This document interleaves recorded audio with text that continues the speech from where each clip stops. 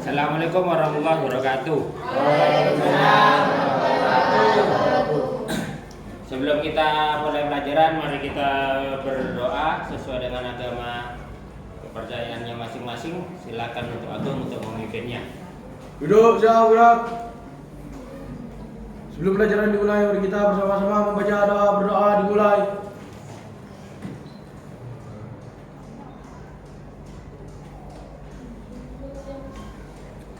Doa selesai.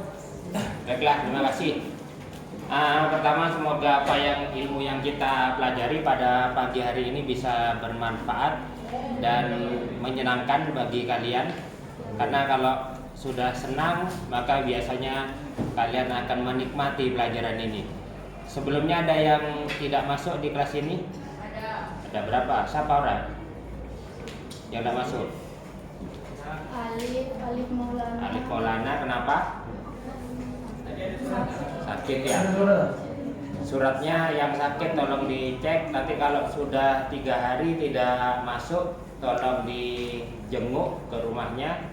Mungkin sakitnya perlu ya agak parah, makanya kita jenguk bersama-sama. Karena kita sebagai teman, Anda sebagai teman juga harus memperhatikan temannya. Sebelum pelajaran dimulai, seperti biasanya di dalam pelajaran Anda boleh bertanya. Ketika saya menerangkan, hanya bertanyanya syaratnya hanya satu, harus berkaitan dengan pelajaran.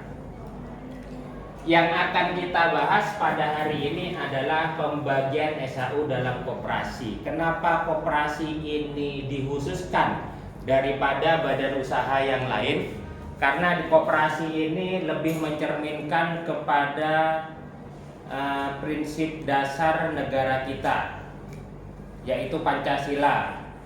Kenapa? Karena di sini ada bagian dari sila keempat, yang di situ sila kelima maksud saya, yang di situ ada unsur pembagian SAU yang berdasarkan kesejahteraan masyarakat, juga berdasarkan Undang-Undang Dasar pasal 33.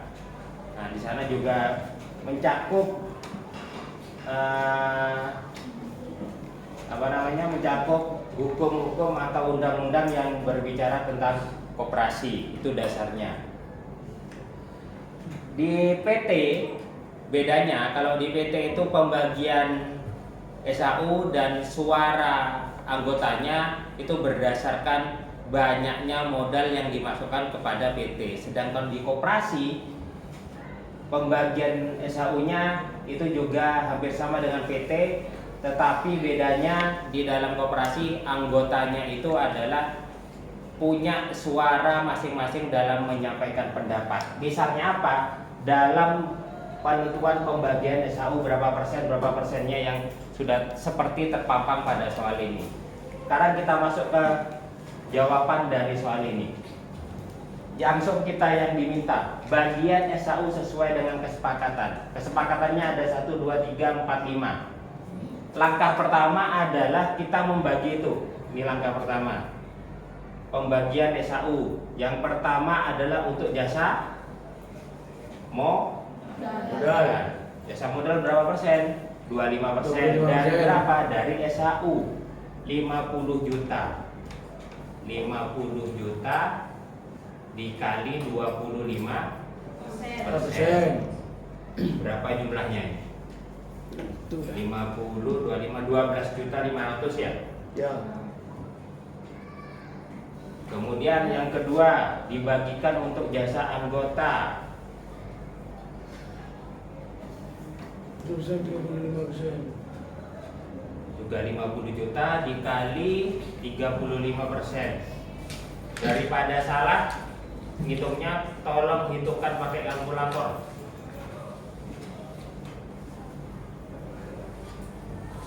Berapa? 50 juta dikali 35%. 17 mungkin.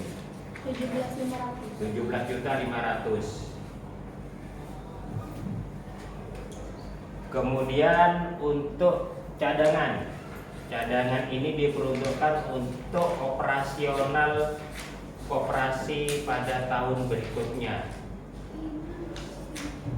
dikali 20%.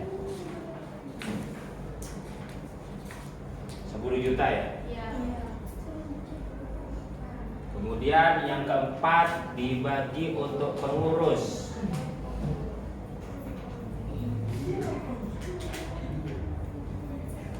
50 juta dikali 10%, hanya kebagian 5 juta. Kemudian untuk dana pendidikan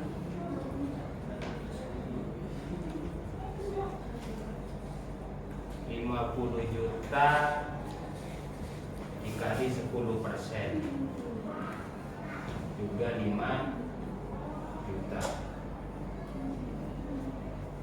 Nah, kemudian angka yang kedua yang ditanya adalah SHU yang diterima Bapak Ahmad dari jasa modal.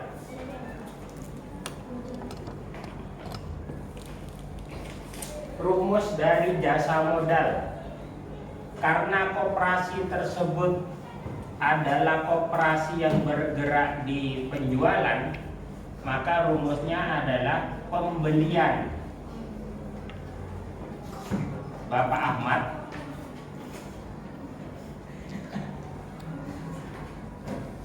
dibagi total kalau jasa modal bukan pembelian, mohon maaf, simpanan pokok dan simpanan wajib Bapak Ahmad dibagi jumlah simpanan koperasi, simpanan pokok dan simpanan wajib koperasi, dikali jasa modal. Kita lihat bersama-sama di soal. Simpanan pokoknya Pak Ahmad berapa? Simpanan pokoknya Bapak Ahmad di koperasi adalah 500.000. 5 bulan 500 ya. 500. Simpanan wajibnya 1.500.000. Kemudian total simpanan pokok dan simpanan wajib koperasi 100. Total simpanan 100 juta.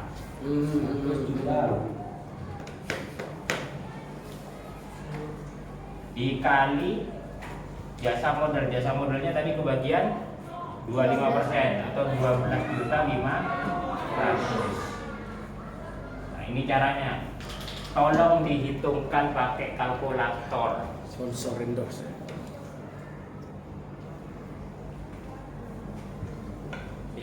Juta berarti ya, ini ya 2 juta dibagi 100 juta dikali 12.500.000. 250.000. Ya. Sekarang jasa anggota. Rumusnya adalah pembeliannya Bapak Ahmad, pembelian Bapak Ahmad dibagi jumlah penjualan koperasi kepada anggota dikali jasa anggota. Pembeliannya Bapak Ahmad totalnya berapa di koperasi? Bapak Ahmad di koperasi adalah 2 juta. 2 juta. Total penjualannya koperasi 200 juta. 200 juta.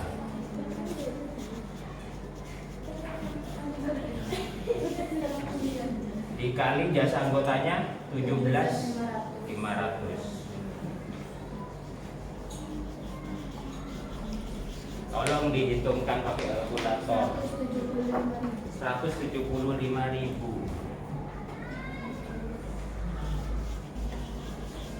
Berarti jumlah SHU Bapak Ahmad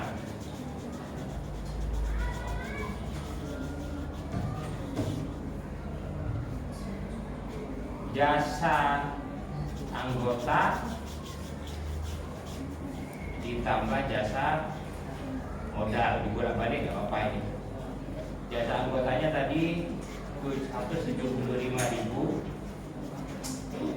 ditambah 250.000. Berapa jumlahnya? 250 tambah 175. 425.000. Tidak terlalu sulit kan? Hanya di dalam, ada yang tak paham dulu sampai di sini. Paham semua ya? Itu perkalian. Mungkin agak repotnya kalau anggotanya itu jumlahnya lebih dari 100 orang. Berarti kan harus hitung satu-satu. Iya, Kalau hanya banyak. satu, gampang seperti ini. Tapi sekarang sudah zaman TIK, rumus-rumus seperti gini ini sudah bisa dibuat Excel-nya.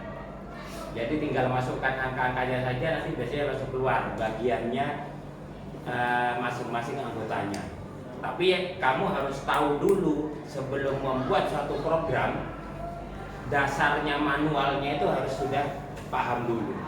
Nanti di perkembangan selanjutnya kamu di masyarakat, semua ilmu itu sebetulnya bisa dipermudah dengan cara membuat program. Mau buat perhitungan kecepatan misalnya di fisika, yang hitungannya mungkin agak rumit kalau manual, langsung bisa dibuat programnya, langsung dimasukkan ke angka-angkanya, langsung jadi. Bahkan kalau sekarang sudah bukan aplikasi Excel atau bahasa lainnya, sekarang sudah bisa pakai AI ya. Sudah bisa. Ada pertanyaan sampai di sini? Ada. Kalau tidak ada, misalnya dari soal ini, tetap pembagiannya ini. Hanya sekarang Bapak Ali misalnya, berapa bagian SAU yang didapat Bapak Ali jika simpanan pokoknya pokok itu harus sama 500.000.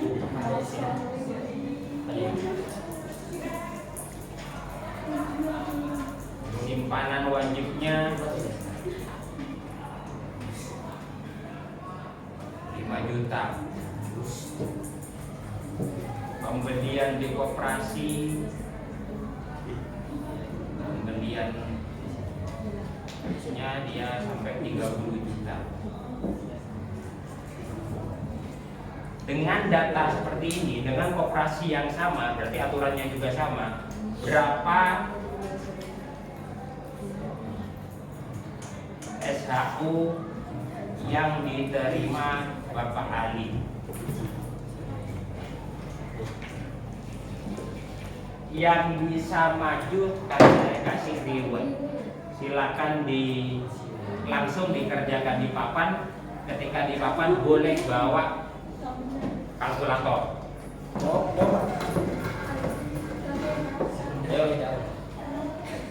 Ke siapa, Pak? Dapat Reward. Dapat. Siapa yang bisa mengerjakan ini dengan seperti contoh yang sudah saya kerjakan? Rewardnya saya kasih gantungan kunci bergambar saya.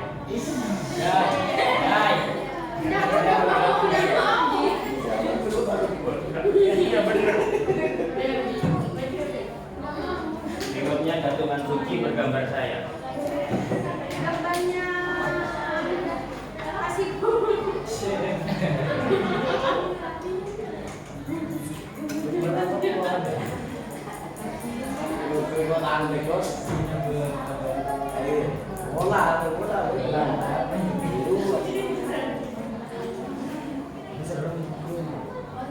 Ayo, siapa yang mau maju?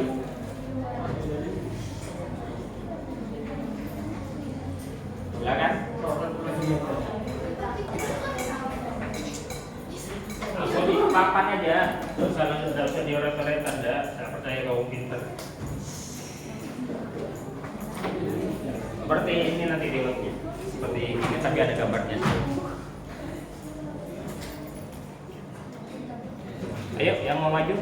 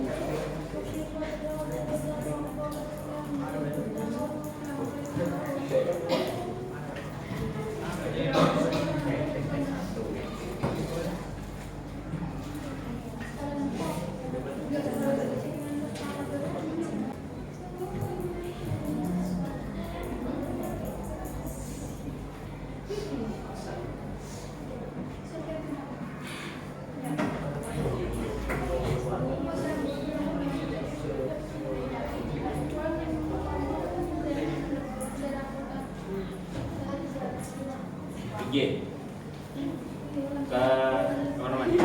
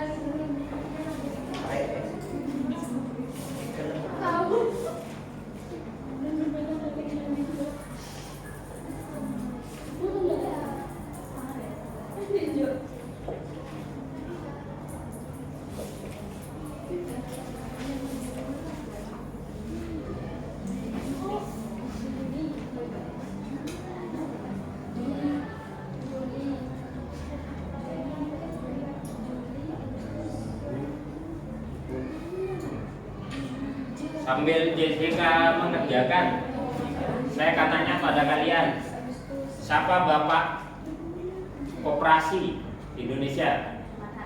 Muhammad Hatta. Karena beliau yang pertama kali mengenalkan koperasi kepada masyarakat Indonesia. Jadi ini koperasi identik atau malah bisa kita patenkan badan usaha yang benar-benar dicetuskan oleh pemikir-pemikir dari masyarakat, dari warga Indonesia. Kalau PT itu biasanya diterapkan kepada negara liberal, PT, DP dan sebagainya. Kalau koperasi ini banyak disukai pada negara-negara yang lebih ke sosialis, tapi kalau di Indonesia tepatnya kepada demokrasi Pancasila.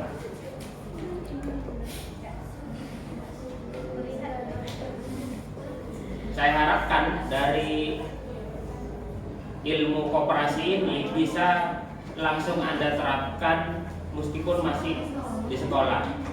Misalnya kamu rajin, selama ini kan rajin bayar uang kas.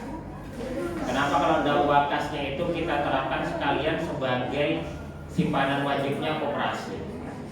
Jadi bisa dipinjam oleh kalian, bisa diputar oleh kalian sebagai usaha, belajar usaha kecil-kecilan. Ini pekerjaannya Jessica. Si Ali punya simpanan pokok 500, punya simpanan wajib 5 juta, berarti totalnya 5.500.000. Kemudian total simpanan wajibnya, total simpanan pokok untuk koperasi adalah 100 juta. Dikali 12.500.000, dia dapat 625.000 dari jasa modal. Dari jasa anggota, tadi mungkin cukup kaya, dia belanjanya tentunya bukan kaya sih, aktif. Mungkin si Pak Ahmad belanjanya di luar tokonya koperasi, sedangkan Pak Adi kalau belanja selalu di tokonya koperasi. Jadi dia belanjanya banyak. sehingga belanjanya Pak Ali 30 juta, total penjualannya koperasi 200 juta, dikali jasa bagian dari jasa anggota 17.500.000, dia mendapatkan SAU 2.625.000, sehingga total SAU yang diterima Bapak Ali 3.250.000. Nah, di sini kelihatan anggota yang memperhatikan koperasi dengan mendahulukan kepentingan koperasi, dia SAU-nya akan mendapatkan yang lebih besar daripada anggota yang tidak terlalu ikut andil atau ikut membesarkan koperasi. Ini besarnya koperasi karena usaha jual belinya lancar. Nah, kalau anggota tidak mau, mohon perhatiannya. Tadi sudah ada perjanjian bahwa kalau saya, kalau saya lagi nerangkan, tolong diam dulu. Nanti kalau ketika Anda sudah mengerjakan, saya kasih latihan, silakan sambil diskusi dengan temannya. Saya ulangi, di sini kelihatan bedanya Pak Ahmad sama Pak Ali. Pak Ahmad tidak terlalu sering belanja di koperasi, belanjanya dia hanya 2 juta. Sedangkan belanjanya Pak Ali ya 2 juta, Pak Ahmad 2 juta. Sedangkan belanjanya Pak Ali sampai 30 juta. Mungkin Pak Ahmad senangan beli di Indomaret atau di Alfamart. Sedangkan Pak Ali, dia pingin koperasinya maju, jadi setiap belanja kebutuhan sehari-hari belinya di koperasi. Efeknya apa? Koperasinya tambah maju karena penjualannya tambah banyak, jalan. Dan bagi anggota efeknya apa? Dia mendapatkan SHU-nya lebih besar. Bayangkan dia mengeluarkan uang 30 juta, kalau yang simpan pokok diwajibkan nanti akhirnya akan kembali. Dia mengeluarkan uang 30 juta, 2 juta sekiannya akan kembali kepada Pak Ali sendiri. Itu enaknya kalau kita mendirikan koperasi. Kalau PT, kita belanja di PT misalnya. PT yang sahamnya kita pegang, kita punya sahamnya PT Gudang Garam, kita merokoknya selalu pakai rokok Gudang Garam. Kita tidak tahu berapa yang akan kembali kepada kita, karena perhitungannya bukan dari Kapsipan membeli produknya dari PT saham yang kita punya. Tapi kalau di koperasi, kita semakin banyak ikut serta. Ikut serta itu misalnya kalau di koperasi simpan pinjam, berarti sering pinjam di koperasi. Kalau misalnya koperasinya bergerak di koperasi konsumsi, penjualan barang, semakin dia sering beli di koperasi, maka SAU-nya juga akan semakin besar. Intinya sebetulnya ada di sana. Itulah untungnya kita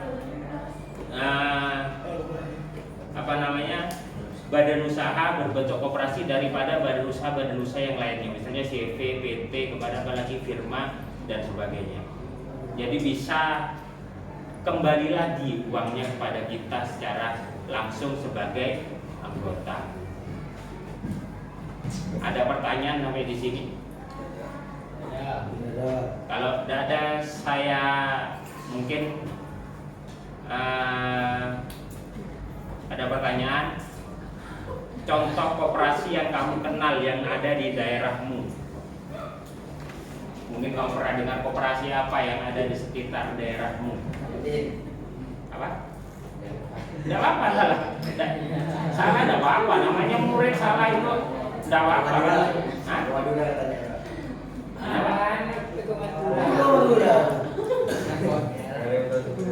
Coba cirinya koperasi harus ada simpanan pokok dan simpanan wajib dari anggotanya. Kantin lah. Kalau kantin modalnya dari siapa? Apakah dari anggotanya sendiri? Kalau sendiri berarti dia berbentuk perorangan.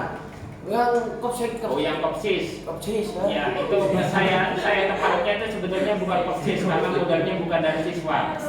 Itu kopgu itu. Koperasi guru. Karena modalnya dari guru. Di sekolah ini belum ada kopsis. Saya ingin di sekolah ini ada kopsis. Kalau penggeraknya adalah OSIS.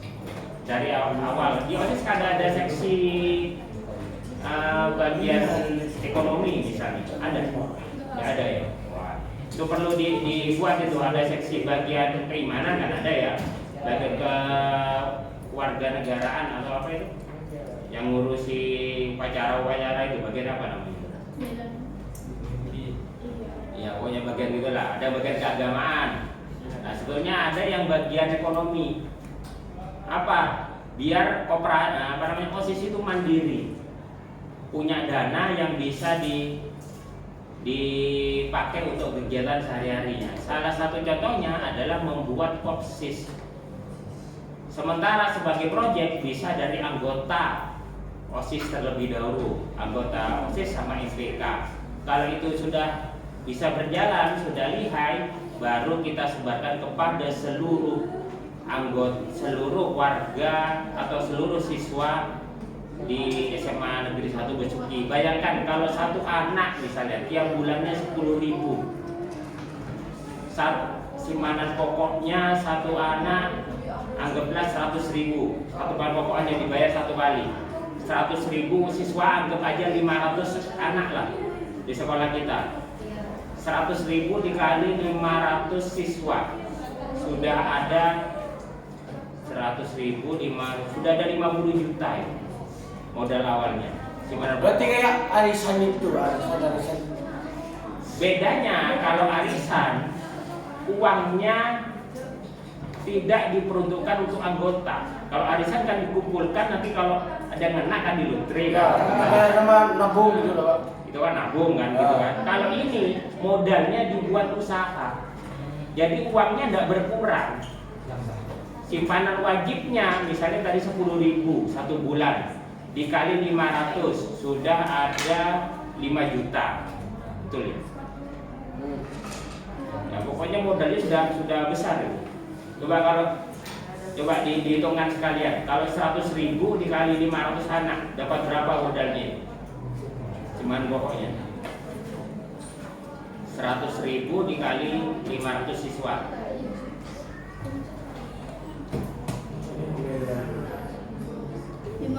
50 juta. Kemudian simpanan wajibnya satu bulan 10.000 dikali 500 siswa, 5 juta ya. 5 juta berarti modal awalnya ini sudah punya 55 juta. Kita sudah punya stand, tinggal beli barangnya saja di sana. Nah, barangnya kita pulaan, kemudian semua siswa belinya ke sana. Kita kalau masuk dari jam 6:30 sampai jam 6:30 tidak boleh keluar sekolah. Berarti kan kita belanjanya semua bisa di kopsis. Kalau satu anak satu hari belanjanya di kopsis 10.000, berarti anggaplah 5.000 aja lah, jangan 10.000. 5.000 dikali semua anak belanja di sana 500 anak, 5 kali 5 2 juta berapa? 5.000 dikali 500 2.500.000 ya, satu hari dapat 2.500.000. Anggaplah labanya 10%, berarti labanya sudah 250.000 satu hari, dikali 3, anggaplah masuknya 20 hari, berarti 250.000. Berarti kalau 2 hari 1 bulan sudah dapat laba 5 juta. Anggaplah 1 tahun itu ada 300 hari masuknya, bukan 365 karena banyak liburnya. 300 dikali 5 juta berapa aja? 300 hari dikali 5 juta.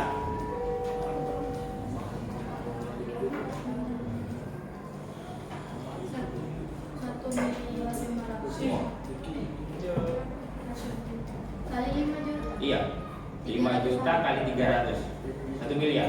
Iya, 1,5. 1,5, anggaplah 1 miliar kasarannya. 1 tahun labanya 1 miliar.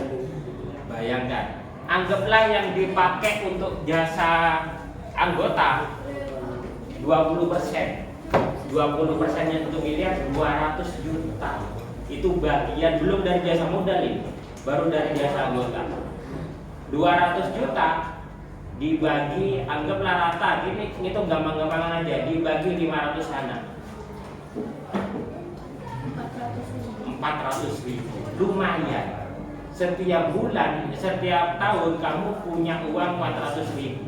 Misalnya setiap tahun kita mau rekreasi, tidak usah jauh-jauh lah ke Malang misalnya, mungkin modalnya hanya 500.000, kan tinggal nambah 100.000 sudah, tidak repot-repot minta ke orang tuanya. Nah itulah untungnya kita punya kopsis di sekolah.